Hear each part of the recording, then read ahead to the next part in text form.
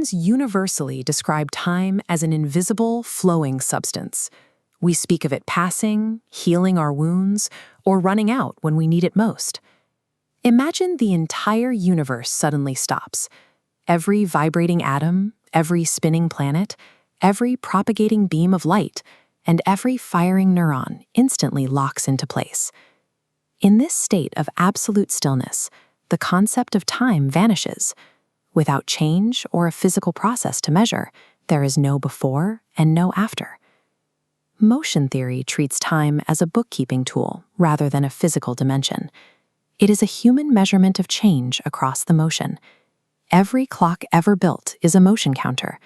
These are machines designed to isolate one repeating rhythm and use it to label the movement of everything else. Early sundials track planetary motion directly. The sweep of the shadow across the stone allows us to count the rotation of the Earth. Water clocks rely on a similar physical constant. They use the steady drip of fluid, driven by gravity, to provide a repeatable rhythm for measurement. Mechanical clocks translated these rhythms into self-contained cycles. The physical swing of a pendulum moves interlocking parts, converting simple back-and-forth motion into a count. Our most advanced modern clocks maintain this same principle. They isolate the stable vibration rhythms of individual atoms, counting the cycles to define a second. From shadows to atoms, a clock is simply a stable rhythm used as a benchmark to compare against the motion of other systems. Einstein showed that clocks tick at different rates, depending on their speed and their proximity to gravity. The universe has a strict speed limit, c.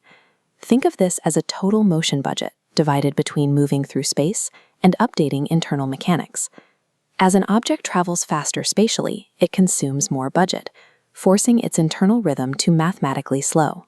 Gravity creates a similar constraint by warping the local motion grid.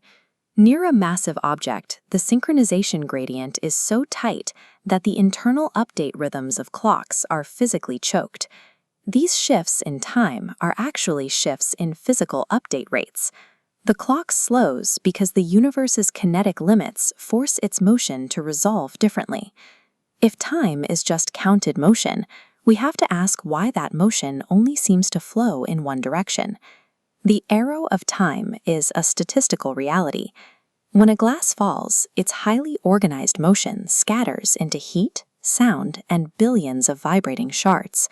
Physics doesn't strictly forbid those scattered vibrations from reversing and pushing the glass back together. However, perfectly coordinating those billions of random movements is so improbable that it effectively never happens. This statistical push toward disorder applies to our own bodies. Life is a state of highly synchronized motion that requires constant energy to repair and maintain.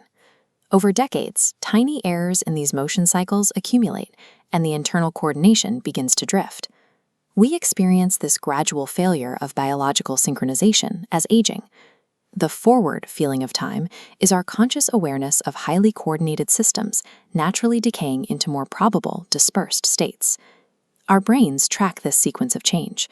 We experience the past as a collection of stored motion records, and the future as a set of projected possibilities. If time is just a way to label change, why do we need to measure it with such extreme precision? Modern civilization is a massive logistical challenge.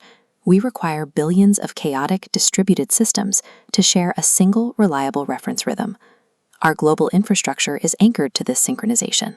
From transportation to financial markets, the system only functions if every participant follows the exact motion count. This reaches down to the digital scale. Computational networks run on coordinated electrical pulses that tell every circuit exactly when to update, read, and write. The universe is made of motion. A clock is simply a rhythm disciplined enough to count